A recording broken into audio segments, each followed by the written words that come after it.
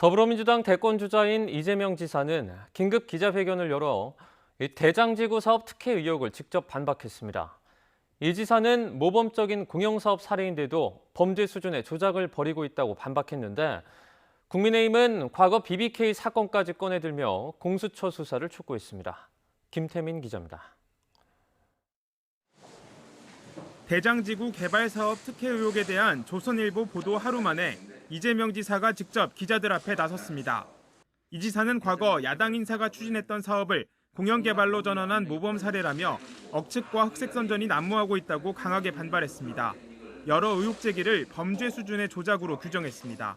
대장동 개발 사업을 둘러싼 억측, 의도적인 곡해, 또 왜곡 보도, 네거티브를 넘어선 흑색선전, 마타도아가 난무하고 있습니다. 그러면서 사업 추진 당시 자신은 성남시의 개발이익 환수에만 신경 썼을 뿐 민간 투자사들 사이의 이익 배분 등은 알 수 없다고 잘라 말했습니다.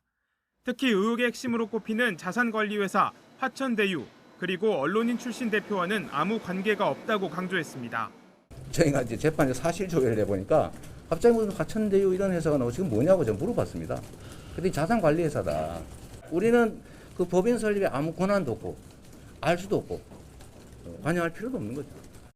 특혜 의혹을 보도한 조선일보에 대해서도 민주당 경선과 대통령 선거에서 당장 손을 떼라고 목소리를 높였습니다. 국민의힘은 이번 의혹을 이명박 전 대통령이 연루된 BBK 사건과 연관짓고 있습니다. 세간의 말을 인용한 수준이긴 한데 비리 의혹이 강하다는 걸 강조한 것으로 보입니다. 결국 의혹의 핵심은 부동산 불로소득 문제라며 공수처 수사를 강하게 촉구했습니다. 이미 세간에서는 BBK보다 심하다. 화천대유는 누구 겁니까? 라는 말들이 나오고 있습니다. 수사당국은 이 지사와 화천대유의 관계, 그리고 사업자 선정부터 이익 배분의 모든 과정에 대해 철저히 수사해야 할 것입니다. 이재명 지사와 경선 경쟁을 벌이는 이낙연 전 대표 또한 이번 의혹을 예의주시하고 있습니다. 하지만 이재명 지사와 연관된 증거들이 나오지 않는 상황에서 아직은 이 지사의 명확한 해명을 요구하는 수준입니다.